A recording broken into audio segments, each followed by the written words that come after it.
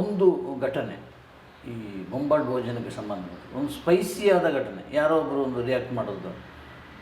ಅದ್ಭುತವಾದ ಘಟನೆಗಳಿದೆ.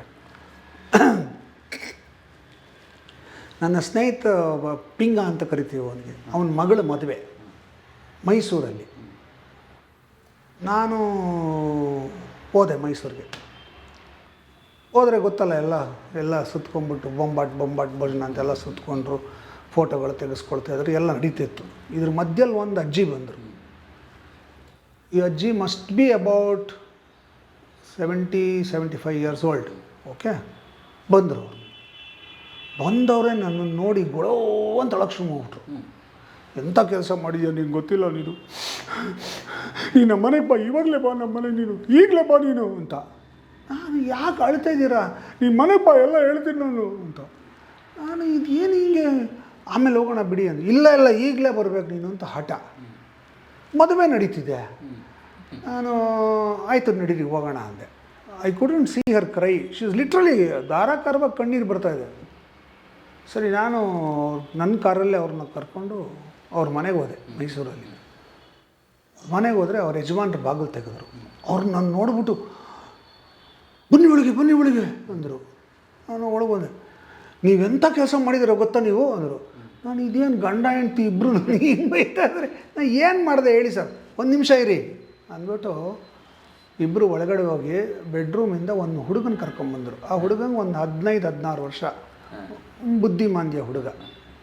ಆ ಹುಡುಗ ಹಿಂಗೆ ಬರ್ತಿದ್ದೆ, ನಾನು ನೋಡ್ತಿಟ್ಟು ಬೊಂಬಾಟ್ ಅಂದ. ಓಡ್ಬಂದು ನಾನು ತಬ್ಕೊಂಡು ಅವನು, ನನ್ನ ಕೈಯೇ ಬಿಡ್ತಲ್ಲ ಅವನು. ಬರೀ ಬೊಂಬಾಟ್ ಅಂತಲೇ ಇದ್ದ ಅವನು.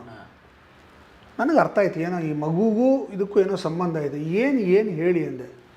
ನೋಡಿ ಸರ್, ನನಗೆ ಒಬ್ಬನೇ ಮಗ, ನನ್ನ ಮಗನಿಗೆ ಇವನು ಒಬ್ಬನೇ ಮಗ, ನಮ್ಮ ಫ್ಯಾಮ್ಲಿಗೆ ಇದೊಂದೇ ಕೂಸಿರೋದು. ಇದು ಬುದ್ಧಿಮಾಂದ್ಯ ಆಗ್ಬಿಟ್ಟಿದೆ. ಇದ್ರ ಬಾಯಿಂದ ಒಂದು ಪದ ಕೇಳಬೇಕು ಅಂತ ಆಸೆ ಇತ್ತು ನಮಗೆ. ಅಪ್ಪ, ಅಮ್ಮ, ಅಜ್ಜಿ, ತಾತ, ಏನೋ ಒಂದು ಪದ ಕೇಳಬೇಕು. ಜೀಜಿ, ನೀರಿಗೆ ಜೀಜಿ ಅಂತವಲ್ಲ ಮಕ್ಕಳು, ಆ ಥರ ಏನೋ ಹೇಳುತ್ತೆ ಅಂದ್ಕೊಂಡ್ರೆ, ಅದು ಹೇಳಿದ ಒಂದೇ ಪದ ಬೊಂಬಾಟ್. ನಿಮ್ಮ ಕಾರ್ಯಕ್ರಮ ನೋಡುತ್ತೆ, ಬೊಂಬಾಟ್ ಅನ್ನತ್ತೆ. ಆ ಟೈಮಲ್ಲಿ ಊಟ ಕೊಡ್ತೀವಿ, ಊಟ ಮಾಡುತ್ತೆ. ಬೇರೆ ಪದ ಇಲ್ಲ. How do you react to this? ಒಂದು ಬುದ್ಧಿಮಾಂದ್ಯ ಮಗುಗೆ ಅದನ್ನು ನಾನು ಹಂಗೆ ಟಚ್ ಮಾಡಿದ್ದೀನಿ ಅಂದರೆ, ಆ ಮಗು ನನ್ನ ಕೈ ಬಿಡೋಕ್ಕೆ ರೆಡಿ ಇಲ್ಲ, ಹಿಡ್ಕೊಂಡ್ಬಿಟ್ಟಿದೆ. ಬೊಂಬಾಟ್ ಅಷ್ಟೇ ಹೇಳ್ತಾ ಇದೆ ಅದು. ಅಂದರೆ ಆ ಮಗುಗೆ ಅದೊಂದೇ ಪದ ಹೇಳಕ್ಕೆ ಬರೋದು. ಅಪ್ಪ ಅಂತ ಹೇಳಿಲ್ಲ ಆ ಮಗು, ಅಮ್ಮ ಅಂತ ಹೇಳಿಲ್ಲ, ಬೊಂಬಾಟ್ ಅಂತ ಹೇಳಿದೆ. ಆ ಕಾರ್ಯಕ್ರಮ ಆ ಥರ ಇಂಪ್ಯಾಕ್ಟ್ ಆಗಿದೆ. ನನಗೆ ಸಿಕ್ಕಾಪಡೆ ಎಮೋಷ್ನಲ್ ಆಗ್ಬಿಟ್ಟೆ. ನನ್ನ ಕಣ್ಣಲ್ಲಿ ನೀರು ಬಂದುಬಿಡ್ತು ಆ ಮಗುನ ನೋಡಿ. ಸಾರ್ಥಕತೆ ಹೆಂಗಿರುತ್ತೆ ಸರ್, ನಮಗೆ ಗೊತ್ತೇ ಇರಲ್ಲ ನಾವು ಹೆಂಗೆ ರೀಚ್ ಮಾಡಿರ್ತೀವಿ ಜನನ್ನ ಅಂತ. ನಾವೇನು ಅಡುಗೆ ಕಾರ್ಯಕ್ರಮ ಕರೆದಾಗ ನೆಗ್ಲೆಕ್ಟ್ ಮಾಡಿರ್ತಿದ್ದೆ. ನಾನು ನೆಗ್ಲೆಕ್ಟ್ ಮಾಡಿದ್ರೆ ಗೊತ್ತಾಗ್ತಾ ಇರಲಿಲ್ಲ ನನಗೆ. ಅದು ಏನು ನೋಡಿ ಹೆಂಗೆ ಅಂತ. ಈ ವಯಸ್ಸಾದ ಹೆಂಗಸು ಯಾಕೆ ಹೇಳ್ತಾ ಇದ್ದಾರೆ, ಹೇಳ್ತಲ್ಲ ಮನೆಗೆ ಬಾ ಅಂತ ಇದ್ದಾರೆ. ಇದನ್ನು ತಪ್ಪಿಸ್ಕೊಳ್ಳೋಕ್ಕೆ ಆಗಲ್ಲ ಅಂತ ನನ್ನ ತಲೆಯಲ್ಲಿ. ಅದೇನೋ ನೋಡೇ ಬಿಡೋಣ, ನಡೆಯಮ್ಮ ಹೋಗೋಣ ಅಂತ ಹೋಗಿದ್ದೆ ಅವ್ರ ಜೊತೆಗೆ. ಅಯ್ಯೋ ಭಗವಂತ, ಅನ್ಬಿಲೀವಬಲ್ ಅದು. ಇವತ್ತಿಗೂ ನಾನು ಅವ್ರ ಮನೆಗೆ ಹೋಗ್ತೀನಿ. ಆ ಮಗು ಇಲ್ಲ ಇವಾಗ, ಬಟ್ ಅವ್ರ ಮನೆಗೆ ಹೋಗ್ತೀನಿ, ಅವ್ರನ್ನ ಭೇಟಿ ಮಾಡ್ಕೊಂಡು ಬರ್ತೀನಿ.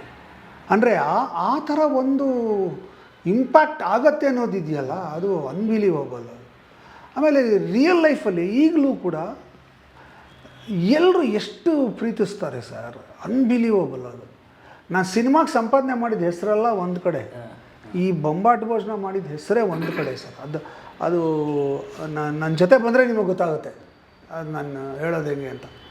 ಸರ್, ಹೋಟ್ಲಲ್ಲಿ ದುಡ್ಡು ಇಸ್ಕೊಳ್ಳೋದ ಸರ್ ನನ್ನ ಹತ್ರ? ಬೇಡ ರೀ, ತಗೊಳ್ರಿ ಅಂತ ಗಲಾಟೆ ಮಾಡಿ ದುಡ್ಡು ಕೊಡಬೇಕು. ಏನು ಸರ್ ನಿಮ್ಮ ಹತ್ರ ದುಡ್ಡು ಇಸ್ಕೊಳ್ಳೋದ ಅಂತ. ಆಮೇಲೆ ನಾನು ಹೋಟ್ಲಲ್ಲಿ ಬೊಂಬಾಟ್ ಭೋಜನ ಶೂಟಿಂಗ್ ಮಾಡೋಕ್ಕೆ ಬರಬೇಕು, ರಿವ್ಯೂ ಮಾಡ್ಕೊಂಡ್ರೆ ಓನರು ಯಾವತ್ತೂ ಬರ್ತಾರೋ ಬಂದ್ಬಿಡ್ತಾನೆ ಹೋಟ್ಲಿಗೆ. ನೀವು ಬರ್ತಿದ್ರೆ ಆದಮೇಲೆ ನಾವು ಇರಲೇಬೇಕು ಸರ್ ಅಂತ. ಆ ಥರ ಅಂದರೆ ಎಲ್ಲ ಜನಗಳಿಗೂ ಒಂಥರ ಮನಸ್ಸಿಗೆ ಹತ್ತಿರ ಆಗ್ಬಿಟ್ಟಿದ್ದೀನಿ. ಅದು ಒಂದು ಅದ್ಭುತವಾದ ಸಾರ್ಥಕತೆ ಕೊಡುತ್ತೆ ಕಾರ್ಯಕ್ರಮ. ಸೊ ಈಗ ನಾವು ಬೊಂಬಾಟ್ ಅಂತ ಹೇಳಿ ನಮ್ಮ ಕಾರ್ಯಕ್ರಮವನ್ನು ಮುಗಿಸೋಣ. Thank you sir, thank you so much. Thank you sir. Sir ನಿಮಗೆ ನಾನು ಎಷ್ಟು ಕೃತಜ್ಞತೆ ಹೇಳಿದ್ರು ಸಾಲದು. ಯಾಕೆ ಅಂದರೆ ನನ್ನ ಸ್ಟ್ರಗಲಿಂಗ್ ಡೇಸಲ್ಲಿ ನನಗೆ ಪುಷ್ ಕೊಟ್ಟವ್ರು ನೀವು. You can never forget that sir.